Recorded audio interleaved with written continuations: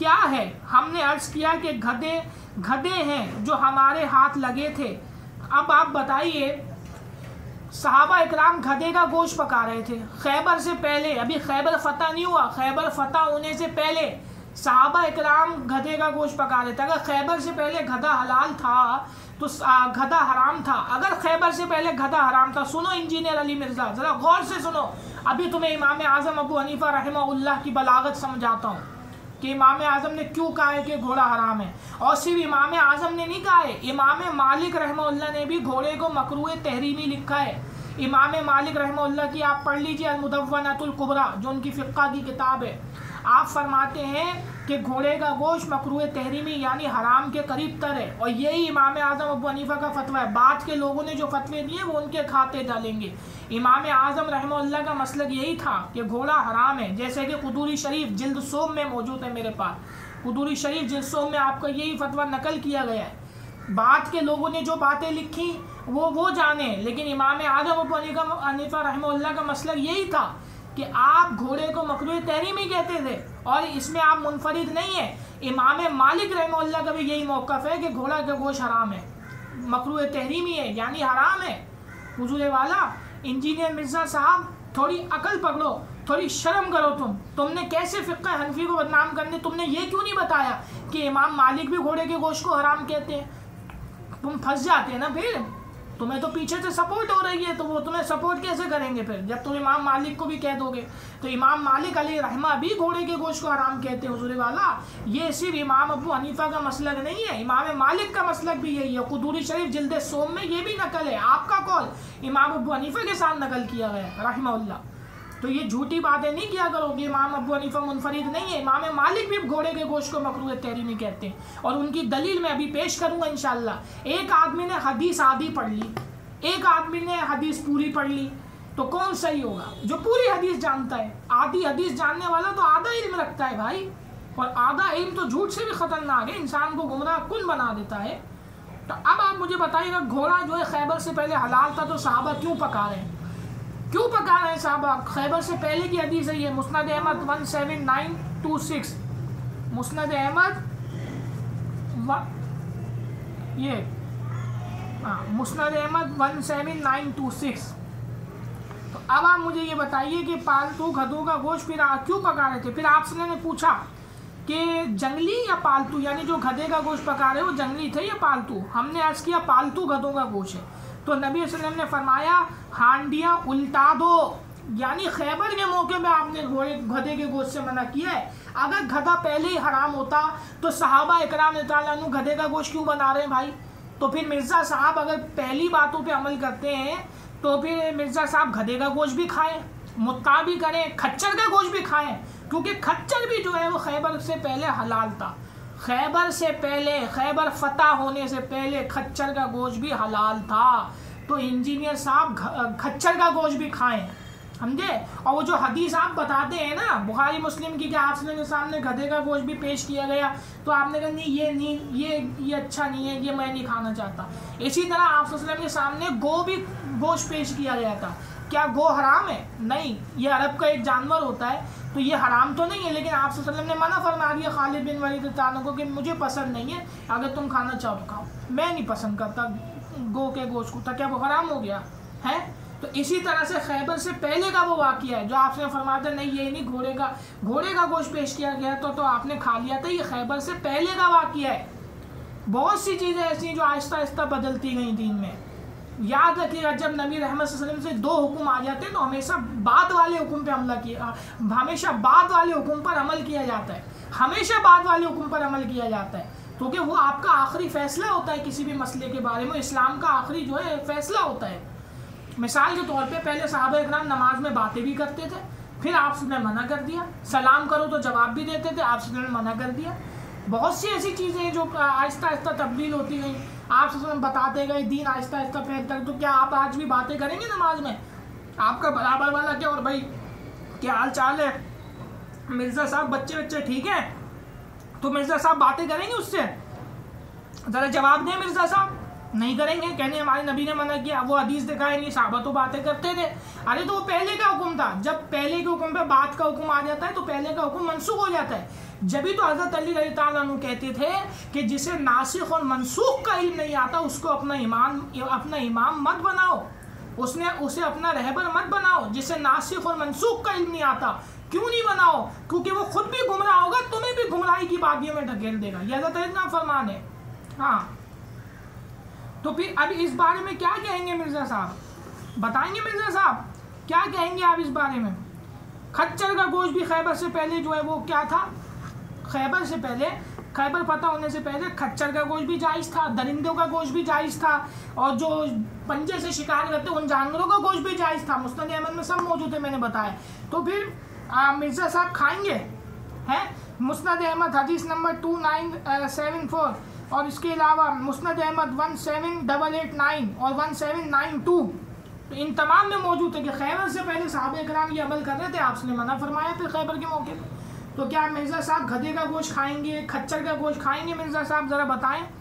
مرزا صاحب کھچر کا گوشت کھائیں گے؟ مرزا صاحب جو ہے وہ گدھوں کا گوشت کھائیں گے؟ مرزا صاحب ذرا بتائیے. مرزا صاحب کب سے آپ گدھے کا گوشت اور کھچر کا گوشت کھانا شروع کر رہے ہیں؟ آپ کب سے جو ہے وہ گدھے کا گوشت اور کھچر کا گوشت کھانا شروع کر رہے ہیں؟ مرزا صاحب ذرا یہ بتائیے نا کہ آپ کب سے کھائیں گے کھچر، گدھے اور گھوڑے؟ یہ گوشت آپ کب سے کھانا شروع کر رہے ہیں؟ پھر خیبر سے پہلے یہ سب جائز تھے. جو آپ حدیث سنا رہے ہیں نا کہ آپ نے گھوڑے کا گوشت کھایا تو خیبر سے پہلے کی بات تھی. خیبر فتح ہونے کے بعد آپ صلی اللہ علیہ وسلم نے گھوڑے کے گوشت کو حرام کہہ دیا. یہ واضح حدیث ہے. اور مرزا صاحب کیا کہہ رہے تھے؟ جی ترکی میں تو لوگ گھوڑے کا گوشت بھی کھاتے ہیں، گھوڑے کا سالن بھی بنتا ہے، کباب بھی بنتے ہیں گھوڑے کے. یہ بول رہے تھے مرزا صاحب. دلیل دیکھو کہ ترکی کے لوگ بہت کچھ کرتے ہیں. ویسے مرزا صاحب کیا کہتے ہیں؟ میں ہوں علمی کتابی. انجینئر علی مرزا صاحب ویسے کہتے ہیں میں ہوں علمی کتابی ہے، یہی بولتے ہیں نا مرزا صاحب. تو علمی کتابی کے پاس کتابیں کم پڑ گئی. یہ ترکی والوں کے اعمال بتا رہے ہیں ہمیں کہ ترکی والوں کے فعل کیا ہے، ترکی والوں کے اعمال کیا ہے.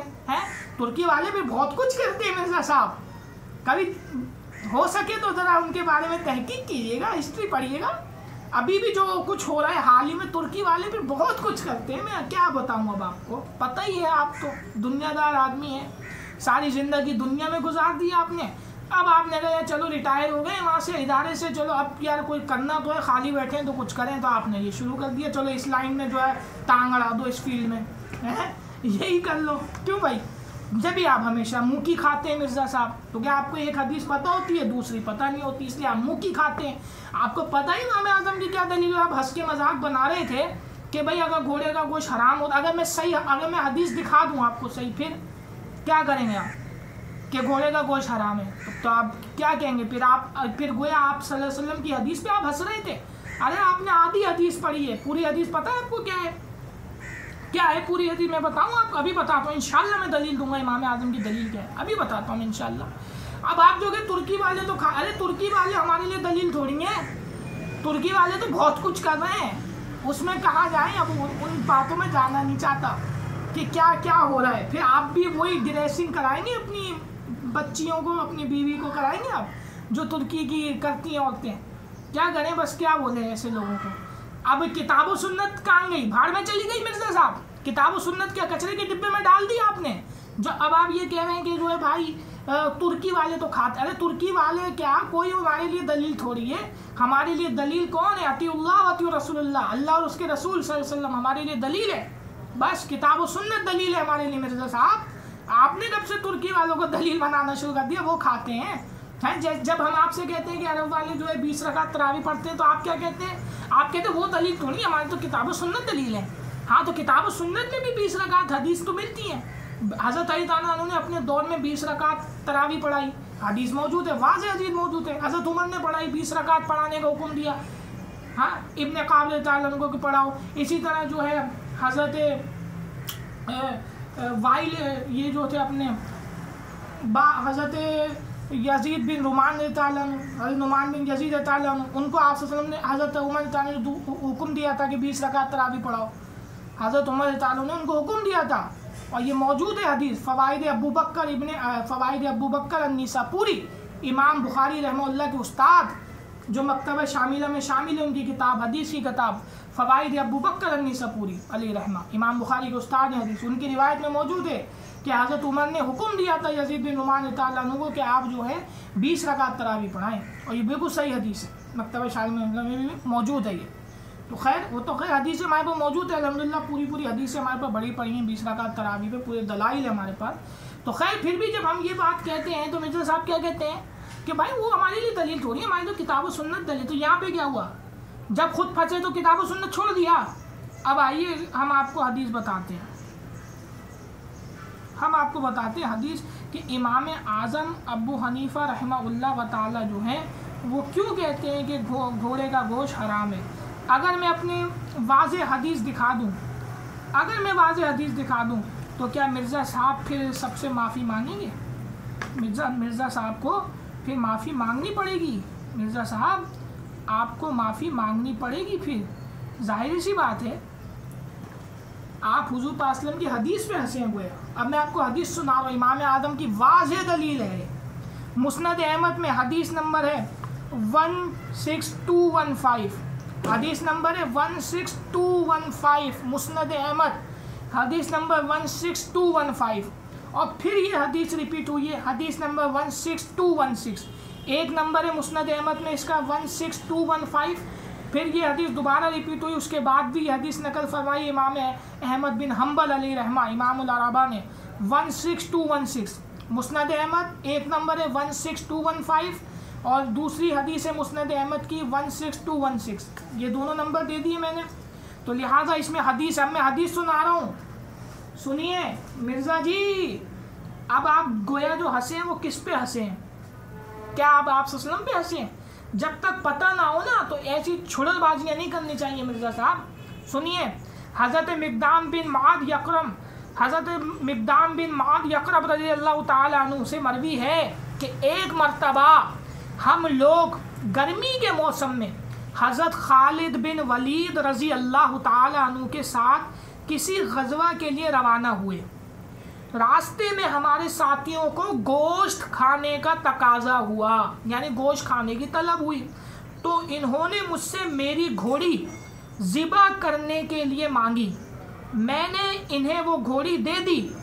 انہوں نے اسے رسیوں سے باندھ دیا. پھر میں نے ان سے کہا کہ ذرا رکو.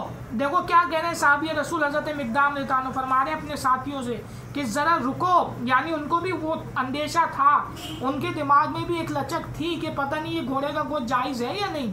تو ذرا رکو. اور پھر فرمایا ذرا رکو، میں حضرت خالد بن ولید رضی اللہ تعالی عنہ سے پوچھاؤں. چنانچہ میں نے جا کر ان سے یہ مسئلہ پوچھا. شریعت کا مسئلہ پوچھ رہے ہیں صحابی رسول سے جا کے، اللہ کی تلوار سیف اللہ سے جا کے کیا پوچھ رہے ہیں؟ ان سے یہ مسئلہ پوچھا کہ میں ذرا خالد سے پوچھاؤں. چنانچہ میں نے جا کر ان سے یہ مسئلہ پوچھا. ذرا غور کیجئے صحابی رسول کے الفاظ پہ، شرعی مسئلہ پوچھا. تو انہوں نے فرمایا، ہم حضرت خالد بن ولید رضی اللہ عنہ نے حضرت مقدام رضی اللہ عنہ سے فرمایا کہ ہم نے نبی رحمت صلی اللہ علیہ وسلم کے ساتھ غزوہ خیبر میں حصہ لیا. لوگ جلدی سے یہودیوں کے ممنوع علاقوں میں داخل ہونے لگے. نبی رحمت صلی اللہ علیہ وسلم نے مجھے حکم دیا. خالد بن ولید رضی اللہ تعالیٰ عنہ بتا رہے ہیں کہ نبی رحمت صلی اللہ علیہ وسلم نے مجھے حکم دیا کہ الصلاۃ جامع کی منادی کر دوں، نیز یہ کہ جنت میں صرف مسلمان آدمی ہی داخل ہوگا. لوگوں تم بہت جلدی یہودیوں کے ممنوعات میں داخل ہو گئے ہو. یاد رکھو زمیوں کا مال ناحق لینا جائز نہیں، اور تم پالتو گدھوں اور تم پر پالتو گدھوں، گھوڑوں اور کھچروں کا گوشت حرام ہے. یہ کون کہہ رہا ہے؟ نبی رحمت صلی اللہ علیہ وسلم نے حکم دیا خالد بن ولید رضی اللہ عنہ کو. جب غزوہ خیبر فتح ہو چکا، جب داخل ہو گئے خیبر میں، تو آپ صلی اللہ علیہ وسلم نے حکم دیا حضرت خالد بن ولید رضی اللہ تعالیٰ عنہ کو کہ یہ بتا دو لوگوں کو کہ کیا کیا حرام ہے. تو آپ خالد بن ولید تعالیٰ عنہ نے حضور کریم صلی اللہ علیہ وسلم کے کہنے پر بتایا کہ اور تم پر پالتو گدھوں اور گھوڑوں اور کھچروں کا گوشت حرام ہے، اور گھوڑوں اور کھچروں کا گوشت حرام ہے، اسی طرح کچلی سے شکار کرنے والے ہر درندے اور پنجے سے شکار کرنے والے ہر پرندے کا گوشت بھی تم پر حرام ہے۔ بات سمجھ میں آئی مرزا صاحب؟ تم پر حرام ہے۔ تو اب یہ حدیث مسند احمد 16215 پہ موجود ہے، اور دوسرا نمبر ہے اس کا مسند احمد میں 16216، اور یہ حدیث کنز العمال میں بھی موجود ہے 10946، حدیث نمبر ہے کنز العمال کا 10946، اور دوسرا نمبر ہے 10942۔ ایک نمبر ہے کنز العمال میں حدیث نمبر 10946، دوسرا نمبر ہے حدیث کا کنز العمال میں 10942، اور مسند احمد میں حدیث نمبر 16215، اور دوسرا نمبر ہے 16216۔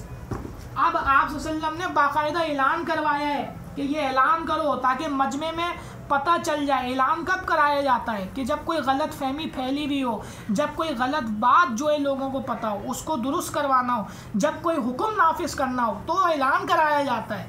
یہ وہ چیزیں ہیں جس پہ آپ صلی اللہ علیہ وسلم نے اعلان کروایا، باقاعدہ آپ صلی اللہ علیہ وسلم نے اعلان کروایا ہے، باقاعدہ اعلان کروایا آپ صلی اللہ علیہ وسلم نے کہ اعلان کر دو کہ گھوڑے کا گوشت حرام ہے، کھچر کا گوشت حرام ہے، کچلی سے شکار کرنے والے درندے، پنجے سے شکار کرنے والے پرندے، سب کا گوشت حرام ہے۔ تو یہ خیبر کے بعد حرام ہوا ہے سب کو گھوڑے کا گوشت۔ اور وہ جو آپ حدیث دکھاتے ہیں نا مرزا صاحب، بتانے کا مقصد یہ ہے کہ امام اعظم کے سامنے بھی وہ حدیث تھی، مگر وہ خیبر فتح ہونے سے پہلے کا بار کا ہے۔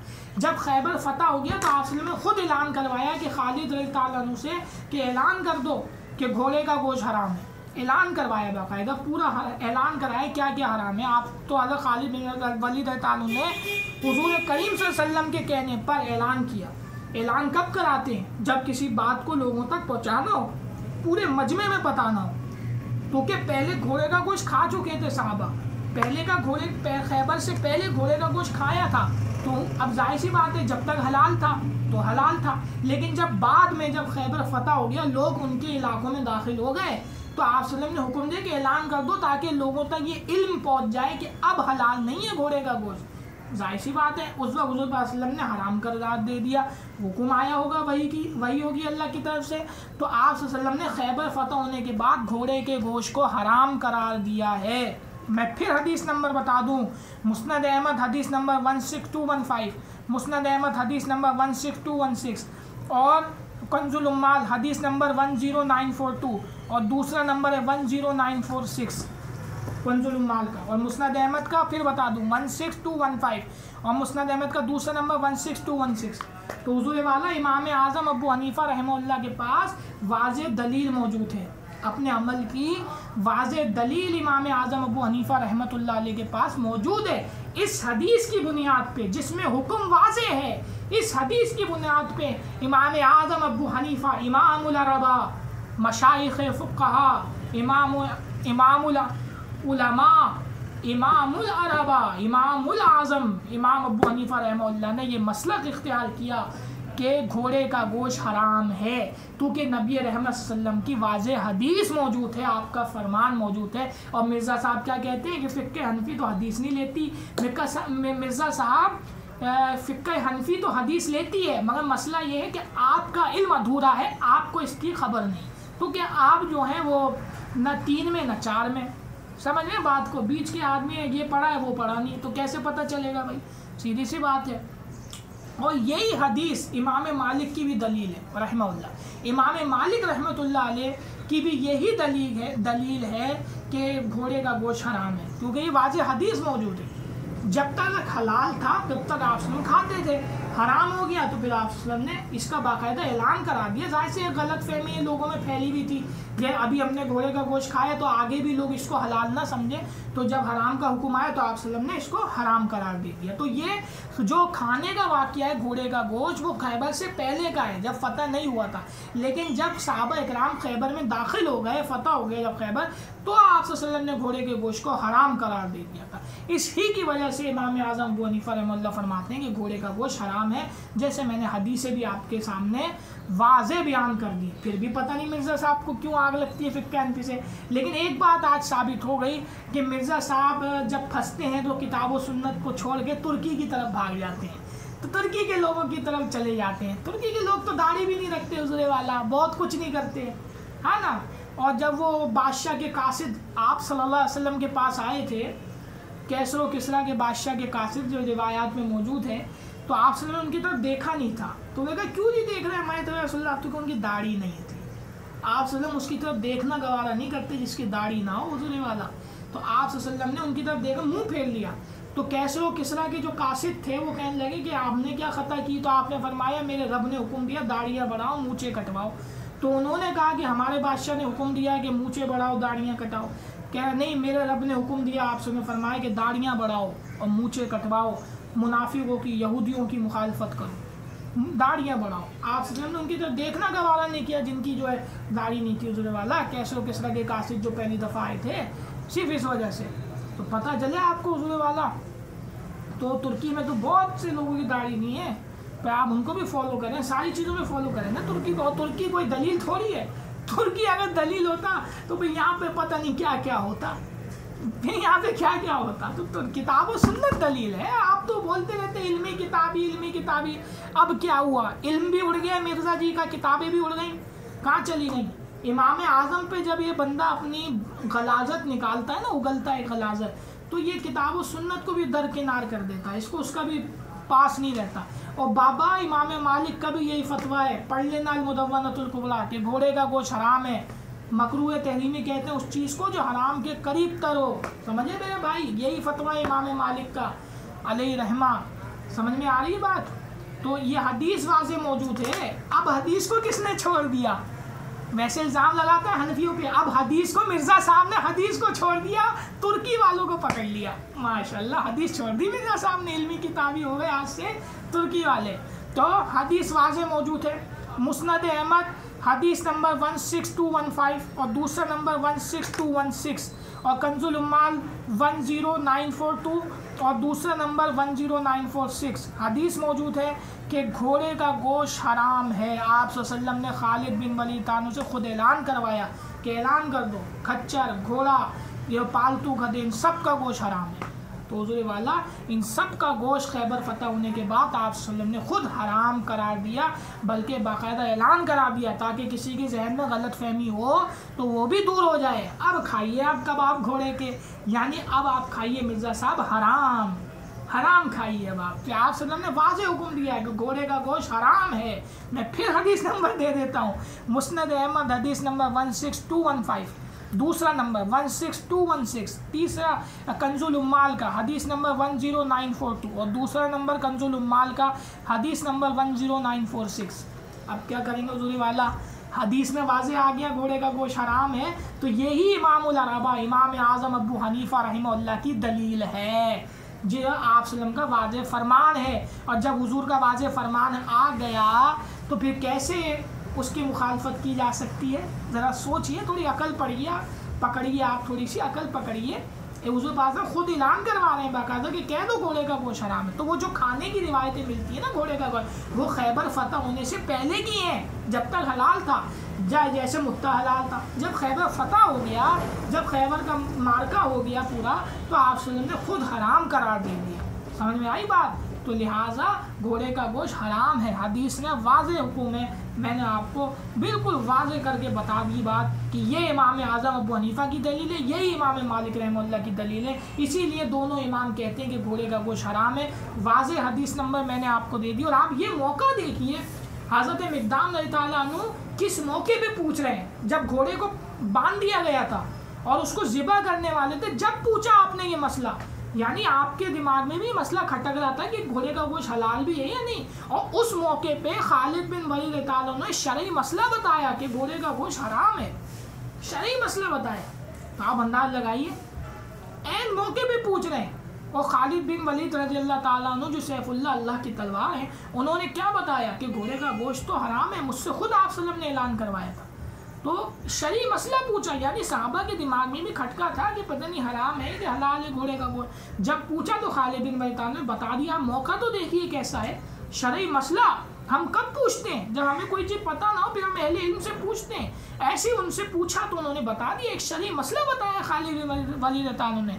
اب بھی اگر ہم گھوڑے کا گوشت کھائیں تو نعوذ باللہ یہ غلط انگلیاں تو خالد بن ولید رضی اللہ تعالیٰ عنہ کی طرف جاتی ہیں. نعوذ باللہ، سوچنے والی بات ہے بھائی.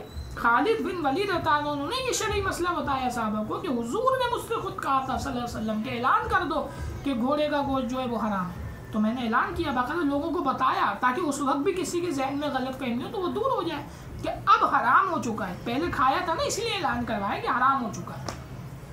تو مرزا جی سمجھ میں آیا؟ آپ تو حدیث مانتے ہیں نا، حدیث دکھاؤ حدیث دکھاؤ حدیث دکھاؤ. یہ حدیث ہی بتا رہے ہیں آپ کو. مسند احمد حدیث نمبر 16215، دوسرے نمبر مسند احمد کا حدیث نمبر 16216، اور کنز العمال میں حدیث نمبر 10942 اور دوسرا نمبر 10946 کنز العمال کا. تو واضح ہو گئی جی، حدیث کی کتابوں سے بتا دیا. تو گھوڑے کا گوشت بالکل حرام ہے کیونکہ اصلوں کا واضح فرمان ہے. اب جو امام اعظم کے بعد جو بھی صاحبین کے جو کہتے رہے وہ ان کی نظر میں یہ حدیث شاید نہیں تھی. امام اعظم کی نظر میں یہ حدیث تھی، امام مالک کی نظر میں بھی یہ حدیث تھی، صاحب مدینہ امام مالک علیہ رحمہ کی نظر میں بھی حدیث تھی. اسی لیے امام ابو حنیفہ اور امام مالک رحمہ اللہ دونوں کا یہ فیصلہ ہے کہ گھوڑے کا گوشت مکروہ تحریمی یعنی حرام کے قریب تر ہے. اب جو کھائے گا وہ حرام کھاتا ہے کیونکہ حضور کا واضح فرمان موجود ہے. جزاکم اللہ خیرا.